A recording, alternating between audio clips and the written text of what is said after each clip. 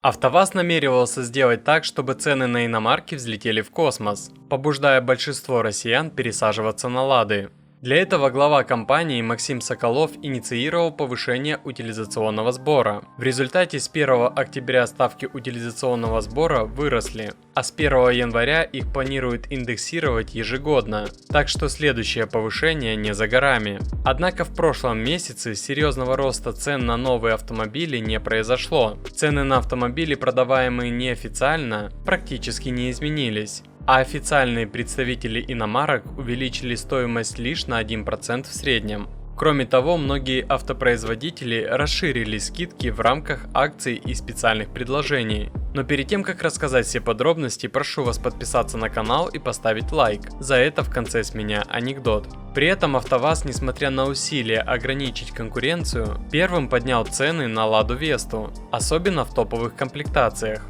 Например, топовая комплектация Техно версии Sportline подорожала почти на 100 тысяч рублей. Задумка была в том, что автомобилисты перейдут с китайских авто на Весту, но этого не произошло. В прошлом месяце продажи Лады Весты уступили Хавейл Джолион, а также повысились продажи Chery Tiggo 7 Pro Max, Chery Tiggo 4 Pro, Geely Majara, Havail M6 и Geely Coolray. На ценах Москвича повышение утилизбора не отразилось, и Москвич 3 остается одним из самых доступных кроссоверов в России, с постепенным увеличением продаж.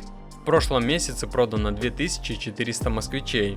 Chery дважды поднимал цены в прошлом месяце, в начале на все модели кроме гибридов и в конце только на Tiggo 7 Pro Max. При этом другие модели стали дешевле. Например, полноприводный Tiggo 8 Pro Max в комплектации Dreamline подешевел на 40 тысяч рублей, в комплектации Ultimate на 245 тысяч рублей.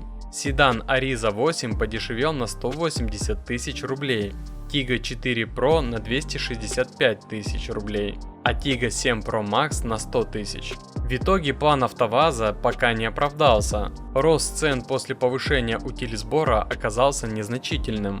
АвтоВАЗ, обещавший не повышать цены на Лады в этом году, все-таки повысил их, а китайские автопроизводители напротив снизили цены. Напишите в комментариях, как вам действия АвтоВАЗа и китайцев, ну и обещанная мною шутка. 2,5 недели я заворачивал лекарства для собаки во все подряд, от сыра до стейка.